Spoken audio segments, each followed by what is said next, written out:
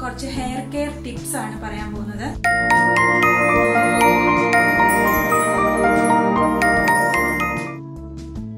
അതിൽ ഒന്നാമത്തെ ടിപ്പ് എന്ന് പറഞ്ഞു കഴിഞ്ഞാൽ നമ്മൾ യൂസ് ചെയ്യുന്ന കോംബ് ചെയ്യുന്ന രീതിയുമാണ്.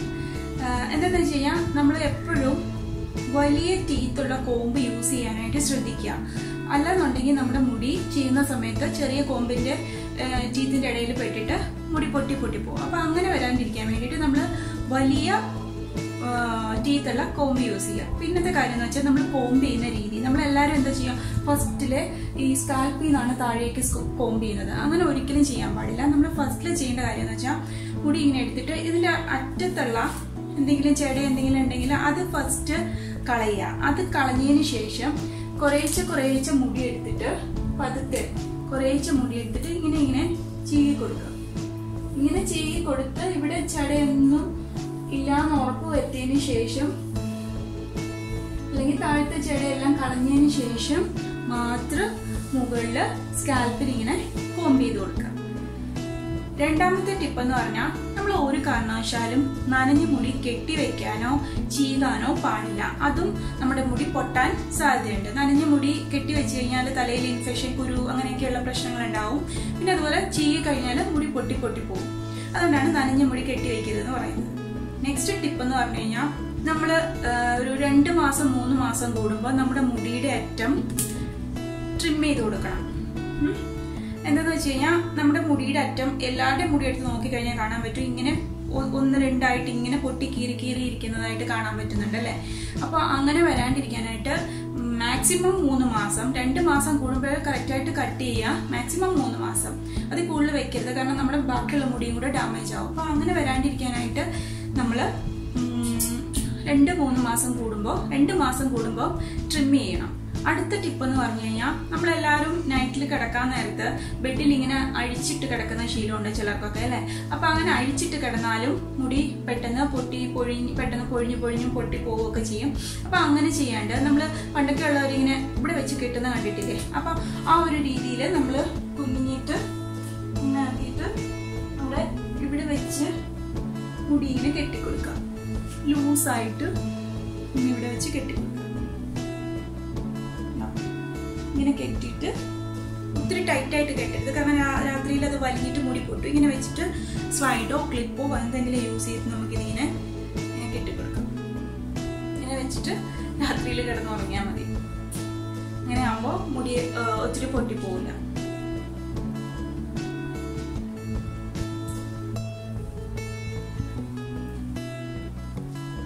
പിന്നെ അതുപോലെ നമ്മള് കുളിക്കാൻ നേരത്ത് മുടി ഒലക്കില്ലേ, മുടിയില് വെള്ളം ഒഴിച്ചിട്ട് ഒലക്കില്ലേ, ഒലക്കുന്ന ടൈമിലും ഒരു ബക്കറ്റ് വെള്ളം എടുത്തിട്ട് അതിൽ നിറച്ച് വെള്ളം എടുത്തിട്ട് കുനിഞ്ഞ് നിന്നിട്ട് ഇങ്ങനെ കുനിച്ച് ഇങ്ങനെ മുടി ഒലച്ചെടുക്കുന്നത് നല്ലതാണ്.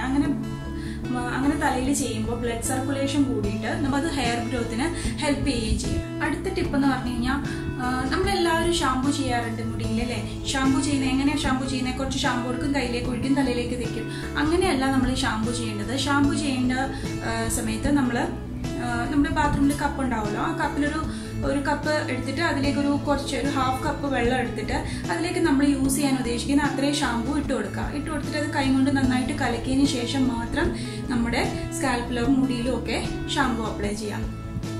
അങ്ങനെ അപ്ലൈ ചെയ്യുന്നതാണ് എപ്പോഴും നല്ലത്. പിന്നെ ഷാമ്പു ചെയ്ത് കഴിഞ്ഞാൽ നമ്മൾ ഉറപ്പായിട്ടും കണ്ടീഷണർ യൂസ് ചെയ്തിരിക്കണം.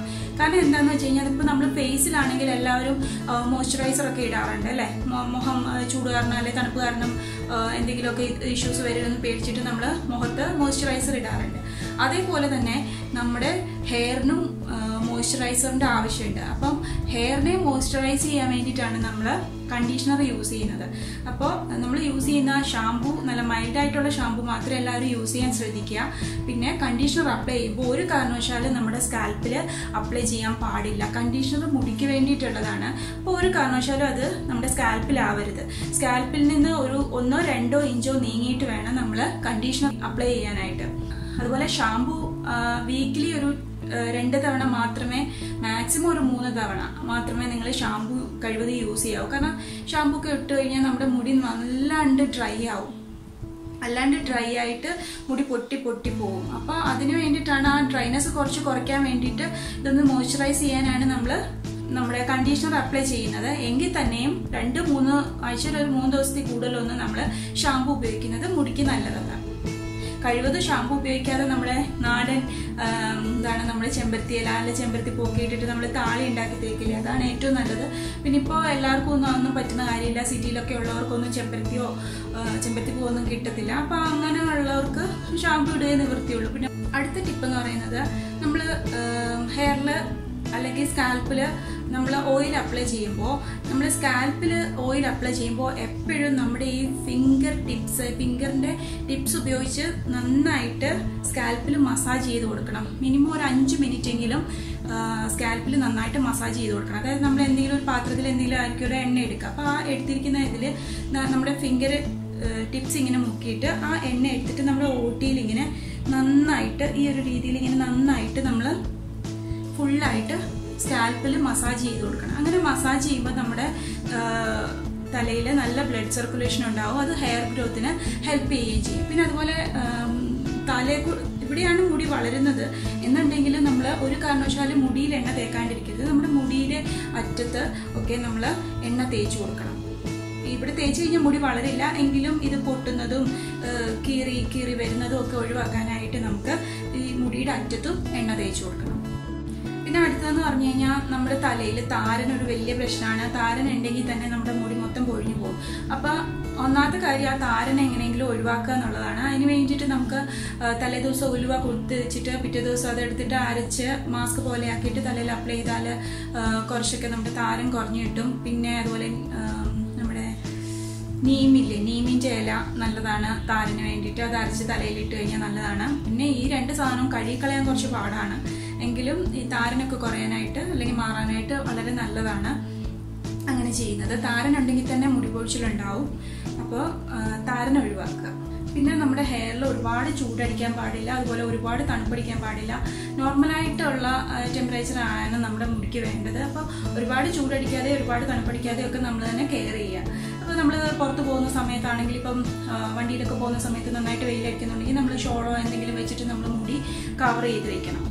പിന്നെ ചിലർ മുടി കേൾ ചെയ്യുക അല്ലെങ്കിൽ സ്ട്രെയിറ്റൻ ചെയ്യുക, അയൺ ചെയ്യുക, അങ്ങനത്തെ പരിപാടികളൊക്കെ ചെയ്യില്ലേ. അപ്പോൾ അങ്ങനെ ചെയ്യുന്നവരുടെ മുടി എന്ന് പറഞ്ഞാൽ പെട്ടെന്ന് ഡാമേജ് ആവും. അപ്പോൾ അങ്ങനെയുള്ളവർ ഈ പ്രൊട്ടക്ടർ എന്തെങ്കിലും അപ്ലൈ ചെയ്ത് നമ്മുടെ മുടി നന്നായിട്ട് കെയർ ചെയ്യണം.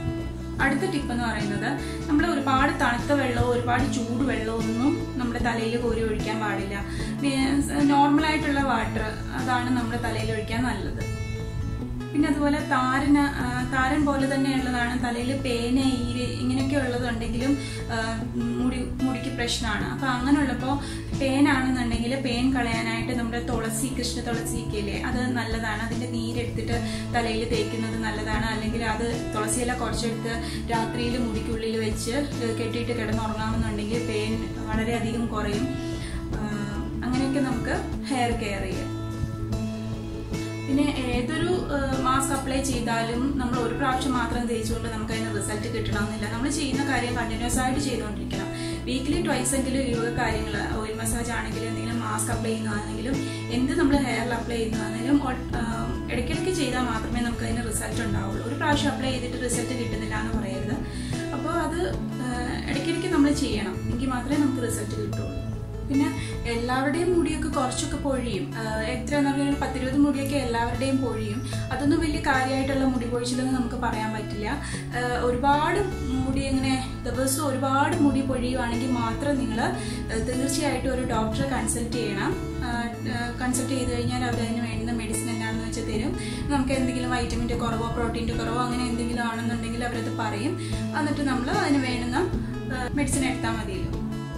പിന്നെ നമ്മൾ പുറത്ത് മാത്രം ചെയ്തിട്ട് കാര്യമില്ല, നമ്മുടെ അകത്തും, അതായത് നമ്മൾ നല്ല പ്രോട്ടീൻ, അയൺ, വൈറ്റമിൻസ് ഒക്കെ ഉള്ള ഫുഡ്സ് കഴിക്കുക.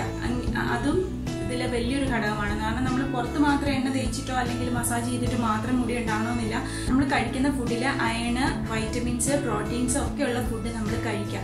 എങ്കിൽ മാത്രമേ നമുക്ക് നന്നായിട്ട് മുടി വളരൂ. എല്ലാ ടിപ്സും എല്ലാവർക്കും ഇഷ്ടപ്പെട്ടു എന്ന് വിചാരിക്കുന്നു. ഈ വീഡിയോ നിങ്ങൾക്ക് യൂസ്ഫുൾ ആയെങ്കിൽ എല്ലാവരും ലൈക്ക് ചെയ്യുക, ഷെയർ ചെയ്യുക. ഇതുവരെ സബ്സ്ക്രൈബ് ചെയ്യാത്തവർ സബ്സ്ക്രൈബ് ചെയ്യുക. അതോടൊപ്പം അതിൻ്റെ അടുത്തൊരു ബെല്ലൈക്കൺ ഉണ്ട്, അതിൽ ക്ലിക്ക് ചെയ്യുക. എങ്കിൽ മാത്രമേ ഞാൻ നെക്സ്റ്റ് വീഡിയോ അപ്ലോഡ് ചെയ്യുമ്പോൾ നിങ്ങൾക്ക് അതിൻ്റെ നോട്ടിഫിക്കേഷൻ വരുള്ളൂ. അപ്പോൾ നമുക്ക് നെക്സ്റ്റ് വീഡിയോയിൽ കാണാം. ബൈ.